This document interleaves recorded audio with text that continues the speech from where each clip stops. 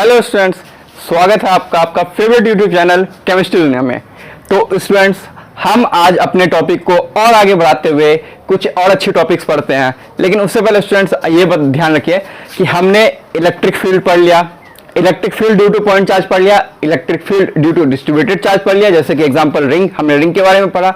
फिर उसके बाद हमने थोड़ी पोटेंशियल पढ़ी, थोड़ा हमने पोटेंशियल पढ़ा। एक्चुअल में जो पोटेंशियल है वो आपका एनसीईआरटी का चैप्टर 2 है और इलेक्ट्रिक फील्ड और गॉस लॉ आपका एनसीईआरटी का चैप्टर 1 है।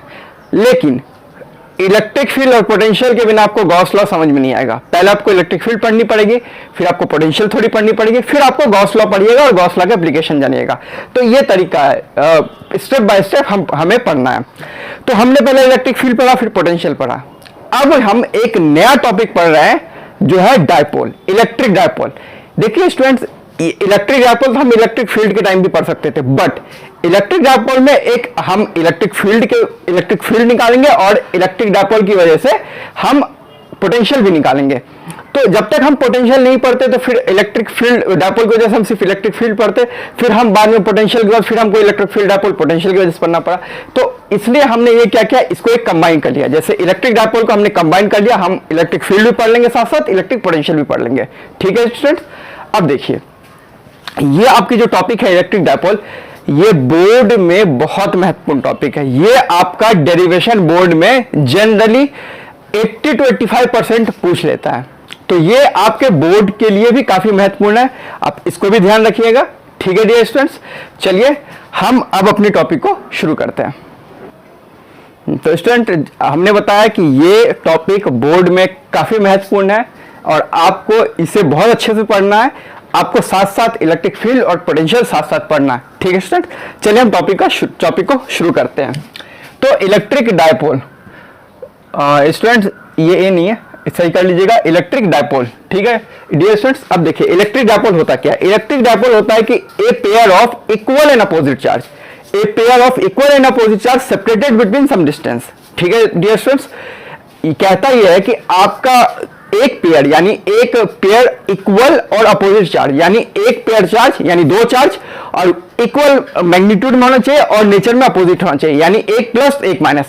तो आपका एक प्लस और एक माइनस चार्ज वो कुछ डिस्टेंस से सेपरेट होती है, तो वो हमारा डायपोल कहलाता है। ठीक है डियर स्टूडेंट्स, तो डायपोल देखिए क्या होता है, एक pair of equal charge, equal यानी अगर ये Q है तो ये भी Q होगा, अगर ये 2Q हो तो ये भी 2Q होगा, अगर ये 3Q है तो ये भी 3Q होगा, यानी equal in magnitude and opposite in nature, यानी एक प्लस है तो एक माइनस होगा, और सेपरेटेड बाय सम डिस्टेंस, यानी वो दोनों कुछ डिस्टेंस से सेपरेटेड हो, तो उसे हम इलेक्ट्रिक डायपोल कहते हैं।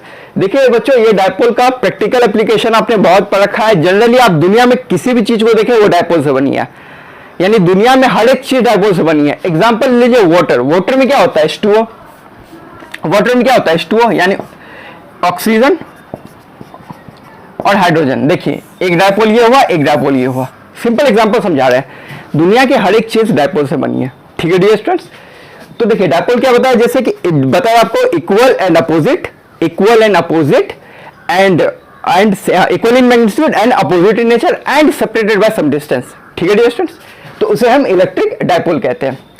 तो डायपोल मूवमेंट क्या होता है, डायपोल मूवमेंट देखिए, डायपोल मूवमेंट होता है कि जो हमारा चार्ज का magnitude of charge and it is the product of magnitude and charge and distance between them, यानी जो हमारा चार्ज है उसका मैग्नीट्यूड और जो उसके बीच का डिस्टेंस है, इन दोनों का प्रोडक्ट हमारा कहलाता है डायपोल मूवमेंट। ठीक है डियर स्टूडेंट्स, देखिए डायपोल मूवमेंट क्या, it is equal to the product of magnitude of either charges and distance between them. ठीक है, यानी मैग्नीट्यूड, इसका मैग्नीट्यूड सेम है, इसका मैग्नीट्यूड सेम है, तो समझने की कोई दिक्कत नहीं। तो ये जो है चार्ज का मैग्नीट्यूड और इसके बीच का डिस्टेंस है, उन दोनों का क्या डियर स्टूडेंट्स, प्रोडक्ट है। अब कहता है कि it is the measure of strength of electric dipole, यानी कि जो डायपोल मूवमेंट है उससे हम ये मेजर कर सकते हैं कि इस डायपोल की वजह से इलेक्ट्रिक स्ट्रेंथ कितनी है, इस डायपोल की वजह से इलेक्ट्रिक स्ट्रेंथ कितनी है। ठीक है स्टूडेंट्स, और जो आपका डायपोल, हाँ डायपोल जो आपका है, डायपोल हम आपका vector quantity, Q vector quantity है। देखिए क्यू तो आपका स्केलर है, क्यू तो आपका स्केलर है, और आपका जो डायरेक्शन है, यानी सबसे पहली बात, एक और चीज इसमें लिखना मैं भूल गया, इट इज नोटेड बाकी इसमें लिखना भूल गया, डायपोल मूवमेंट की जो डायरेक्शन होती है माइनस क्यू से प्लस क्यू की तरफ होती है। डियर स्टूडेंट्स, डायपोल मूवमेंट की जो डायरेक्शन होती है वो माइनस क्यू से प्लस क्यू की तरफ होती है, ठीक है। और केमिस्ट्री में उल्टा होता है, केमिस्ट्री में होता है प्लस क्यू से माइनस क्यू की तरफ। तो केमिस्ट्री को आप साइड रखिए, फिजिक्स देखिए, फिजिक्स में डायपोल मूवमेंट की डायरेक्शन होती है माइनस क्यू से प्लस क्यू की तरफ। तो आपको पता है जिन भी क्वांटिटी में अगर डायरेक्शन आ गया, तो वो वेक्टर होता है, ठीक। हाँ, ये बात पूरी सत्य है नहीं, अगर जिन क्वांटिटी में डायरेक्शन है क्या वो वेक्टर है? नहीं।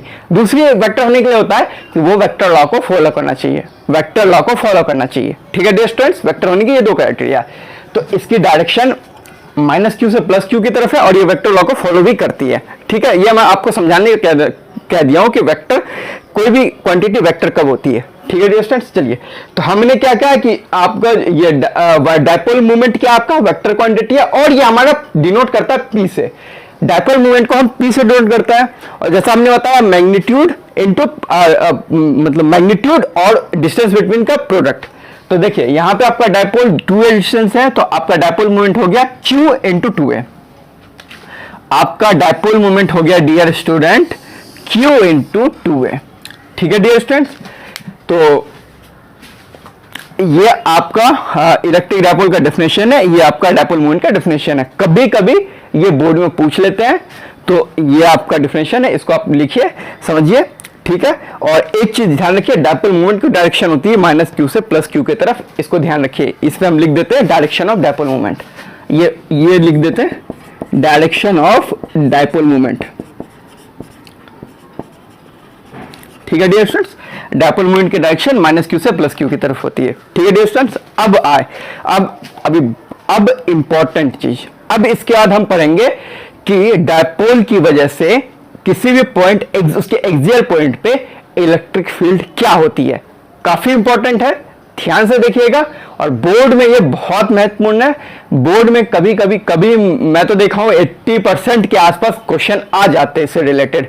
स्टेट बोर्ड में तो शायद रिपीटेड क्वेश्चन आई है, और सीबीएसई बोर्ड में भी पूछ लेते हैं। तो इसको हम जो अभी नेक्स्ट टॉपिक पढ़ने वाले हैं, इसको बहुत अच्छे से देखिए, ठीक है स्टूडेंट्स, ठीक है डियर स्टूडेंट्स। ये टॉपिक बोर्ड के लिए बहुत महत्वपूर्ण है, इसको आप काफी अच्छे से पढ़िए, ठीक है। देखिए, हमको निकालना है electric field on the axis of dipole, यानी ये जो डायपोल है इसके एक्सिस पे हमको इलेक्ट्रिक फील्ड निकालना है, ठीक। मान लीजिए हमने इस तरफ निकाला, मान लीजिए हमने ये एक्सिस पे, हाँ इसके एक्सिस पे ये पॉइंट मान लिया, हमने इसके एक्सिस पे ये पॉइंट मान लिया, और यहाँ पे ये कोई पॉइंट हमारा Q है, ये कोई पॉइंट हमारा Q है। तो इस पॉइंट Q पे हमने क्या निकालना है, इलेक्ट्रिक फील्ड निकालना है। किसकी वजह से? डायपोल की वजह से, यानी इन दोनों चार्ज की वजह से इस पॉइंट Q पे इलेक्ट्रिक फील्ड निकालना है, ठीक है डियर स्टूडेंट्स। आइए देखिए कैसे निकालते हैं। हमने क्या किया, इसके सेंटर से, इस डायपोल के सेंटर से, यानी a डिस्टेंस से हमने कोई r डिस्टेंस मान लिया। हमने इसके सेंटर से a डिस्टेंस से हमने इस पॉइंट Q तक r डिस्टेंस मान लिया, ठीक है डियर स्टूडेंट्स। और गिवन है r हमारा a से काफी बड़ा है, r is much greater than a। Given हमारा ये जो r है ये a से बहुत बड़ा है, काफी बड़ा है, ठीक है डियर स्टूडेंट्स। अब देखिए, अब हमने सिंपल क्या निकालना है, इलेक्ट्रिक फील्ड निकालना है। हम इस माइनस क्यू की वजह से इस पॉइंट पे इलेक्ट्रिक फील्ड निकालेंगे। इस माइनस क्यू की वजह से इस पॉइंट पे इलेक्ट्रिक फील्ड की डायरेक्शन क्या होगी? अब कंफ्यूज होंगे आप, इसलिए कहता हूं बच्चे कि पोटेंशियल और इलेक्ट्रिक फील्ड में कंफ्यूज नहीं होना है, अच्छे से पढ़ना है। देखिए, इस माइनस क्यू की वजह से इस पॉइंट पे इलेक्ट्रिक फील्ड की डायरेक्शन इस तरफ, किस तरफ होंगे बच्चों? इस तरफ होंगे। और क्या होंगे? होगा हमारा के क्यू बाय, यहां से यहां की डिस्टेंस r है और यहां से इसकी डिस्टेंस a है, तो यानी r प्लस a का whole square, r plus a का होल स्क्वायर, ये हमारा हो गया, ठीक है। इसको लिखने से पहले डियर स्टूडेंट्स एक चीज और, सबसे पहले आप डायपोल मोमेंट लिख लीजिएगा।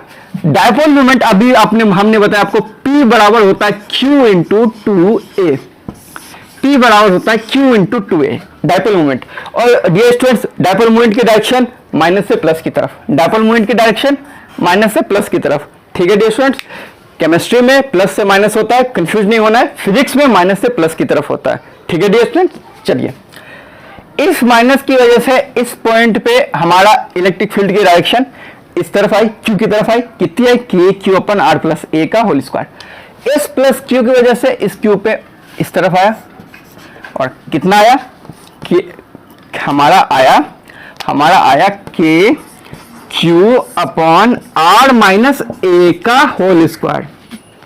ठीक है डियर स्टूडेंट्स, हमारा इसकी वजह से आया के क्यू अपॉन, यहां से यहां तक की डिस्टेंस आर है और इस क्यू से सेंटर के डिस्टेंस ए है, तो यहां से लेके इस क्यू की डिस्टेंस हो जाएगा आर माइनस ए। ठीक है डियर स्टूडेंट्स, समझ गए। अब हमने देखना है कि नेट क्या होगा, नेट इस तरफ आएगा या इस तरफ आएगा। देखिए ऊपर का मैग्नीट्यूड दोनों का सेम है, माइनस की वजह से सेम है, प्लस की वजह से सेम है। ठीक है सर, नीचे का मैग्नीट्यूड किसका ज्यादा है? किसी भी क्वांटिटी में ऐड करेंगे और किसी भी क्वांटिटी में सब्ट्रैक्ट करेंगे, बड़ा कौन सा होता है? जिस क्वांटिटी में हम ऐड करेंगे। यानी कि ये टर्म हमारा बड़ा है तो ओवरऑल ये माइनस का टर्म क्या हो जाएगा? हमारा छोटा हो जाएगा। तो नेट हमारा किधर आएगा? Electric field. Net electric field की डायरेक्शन हमारी जाएगी जिधर डायपोल मूवमेंट की डायरेक्शन है, नेट इलेक्ट्रिक फील्ड की डायरेक्शन इधर आएगी। तो यानी ये हमारा किसकी डायरेक्शन आ गया? नेट इलेक्ट्रिक फील्ड की डायरेक्शन आ गई। ठीक है डियर स्टूडेंट्स, अब हमने क्या करना है? हमने फिर इन दोनों को माइनस कर देना है। हमने इलेक्ट्रिक फील्ड, हमने इनेट निकालना है, तो हमें क्या करना है? हमें इन दोनों को माइनस कर देना है। यानी इन दोनों को, यानी ये बड़ा क्वांटिटी है, ये इस तरफ आ जाएगा। चलिए, यानी ये बड़ा क्वांटिटी है, ये इस तरफ आ गया, छोटा क्वांटिटी को हमने माइनस कर दिया। अब देखिए हमने इन दोनों को माइनस कर दिया। अब क्या करना है? हमने एलसीएम ले लेना। हमने एलसीएम ले लिया, तो हमने एलसीएम ले लिया। ये स्क्वायर को छोड़िए, a माइनस बी और a प्लस बी क्या होता है स्टूडेंट्स? a माइनस बी, चलिए छोड़िए, ऐसे ही लिख देते हैं r माइनस ए का होल स्क्वायर और r प्लस ए का होल स्क्वायर। ठीक है, ये और k क्यू तो हमारे दोनों तरफ से कॉमन ले लिया हमने। r माइनस यहाँ पे आया आपका r प्लस ए का होल स्क्वायर, फिर बीच में माइनस, फिर r माइनस ए का होल स्क्वायर। ठीक है डियर स्टूडेंट्स, ये आपका इनेट हो गया। इनेट क्या हो गया? हमने के क्यू कॉमन ले लिया और दोनों का एलसीएम ले लिया, तो ये हमारा आया। अब क्या करना है? देखिए a minus b, a plus b, a minus b, a plus b क्या होता है? A square minus b square. A minus b और ए प्लस बी क्या हो गया? A square minus b square. देखिए स्टूडेंट्स, इसको हम यहाँ पे लेते हैं। A minus b, a plus b क्या होता है? A square r square minus b square, a square का होल स्क्वायर। अब के क्यू तो हमारा कॉमन है, अब इनका और इनका ब्रैकेट हम ओपन कर देंगे। आर प्लस ए का होल स्क्वायर क्या होता है? R square plus A square minus 2RA। ठीक, फिर इधर माइनस आया, आर माइनस ए का होल स्क्वायर क्या होगा? आर स्क्वायर, फिर प्लस ए स्क्वायर का हो गया प्लस ए स्क्वायर। फिर चलिए इसे ऐसे समझिए, इसे हमने माइनस ले लिया, R square plus A square minus 2RA। ठीक है डियर स्टूडेंट, देखिए R square plus A square का हमने तोड़ा, R square plus A square minus plus 2RA, और आर स्क्वायर माइनस ए स्क्वायर को हमने तोड़ा, R square plus A square minus 2RA। ठीक है डियर स्टूडेंट्स, यहां तक आपने कर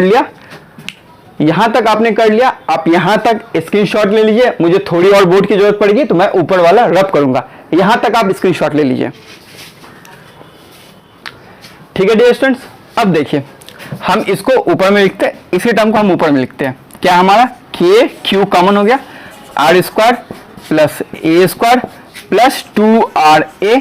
ठीक है स्टूडेंट्स, अब ये माइनस इससे मल्टीप्लाई होकर क्या हो जाएगा? Minus are square minus plus minus A square और minus minus plus 2RA divided में आर स्क्वायर माइनस ए स्क्वायर का होल स्क्वायर।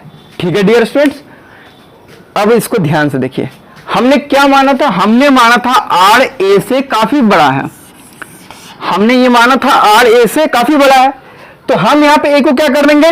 नेग्लेक्ट। हम यहाँ पे ए को नेग्लेक्ट कर देंगे, ए हमारा 0 हो गया। ठीक है डियर स्टूडेंट्स, अब देखिए ये R square minus are square खत्म कर दिया एक दूसरे को, ये ए स्क्वायर माइनस स्क्वायर इसने भी मार दिया।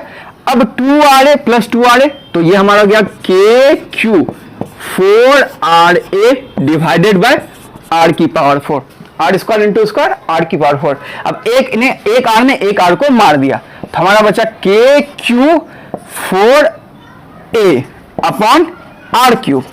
ठीक है डियर स्टूडेंट्स, अब देखिए डायपोल मोमेंट क्या होता है, Q into 2a। Dipole moment क्या होता है, Q इंटू 2a। तो Q इंटू 2 हमने ले लिया, यहां से Q इंटू 2a हमने ले लिया, तो ये तो P हो गया, अब बचा यहां पे क्या 2।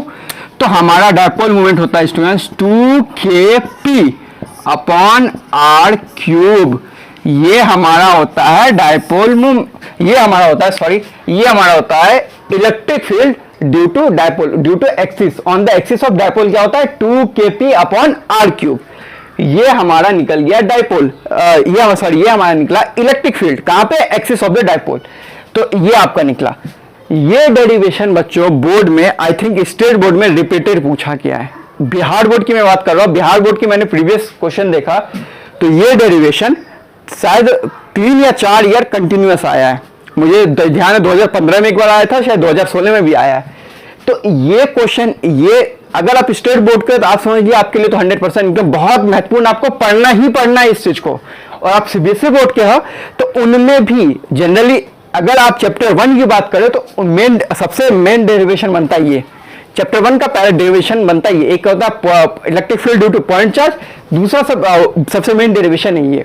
ठीक है स्टूडेंट्स, तो ये हमने निकाल लिया electric field on the axis of dipole, ये हमने निकाल दिया। ठीक है डियर स्टूडेंट्स, अब हम एक और चीज पढ़ते हैं। हाँ, एक चीज देखिए, हमारा जो नेट इलेक्ट्रिक फील्ड का जो डायरेक्शन आया और हमारा डायपोल मोमेंट का डायरेक्शन क्या आया, सेम आया।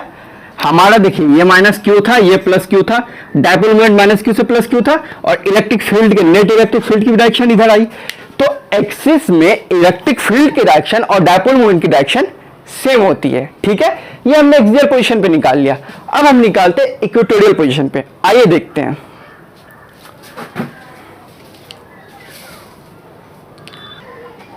ठीक है डियर स्टूडेंट, ये आपका बोर्ड में काफी महत्वपूर्ण है, जैसा मैं बता रहा था।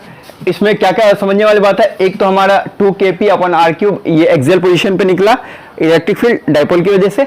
दूसरी महत्वपूर्ण बात, जिस तरफ डायपोल की डायरेक्शन है उसी तरफ इलेक्ट्रिक फील्ड की भी डायरेक्शन है। ठीक है डियर स्टूडेंट्स, डायपोल हमारा क्या है, वेक्टर है। तीसरी बात, अब देखिए ये हमने एक्सियल पढ़ लिया, इसके बाद हम नेक्स्ट लेक्चर में पढ़ेंगे इक्वेटोरियल, वो भी काफी इंपॉर्टेंट है, वो भी समझने वाली बात है। फिर हम एक जनरल टर्म पढ़ के सबको जनरलाइज कर देंगे। ठीक है डियर स्टूडेंट्स, और क्विज आपको इक्वेटोरियल पढ़ाने के बाद दूंगा, यानी आपको नेक्स्ट लेक्चर में क्विज दूंगा, क्योंकि यहाँ पे वो क्विज, उसको पढ़ने के बाद आपको वो क्विज समझ में आएगा। ठीक है डियर स्टूडेंट्स, आज का लेक्चर यहीं ओवर करते हैं। Thank you very much. हमारे केमिस्ट्री दुनिया को आप सब्सक्राइब कीजिए और ज़्यादा से ज़्यादा लाइक कीजिए। Thank you.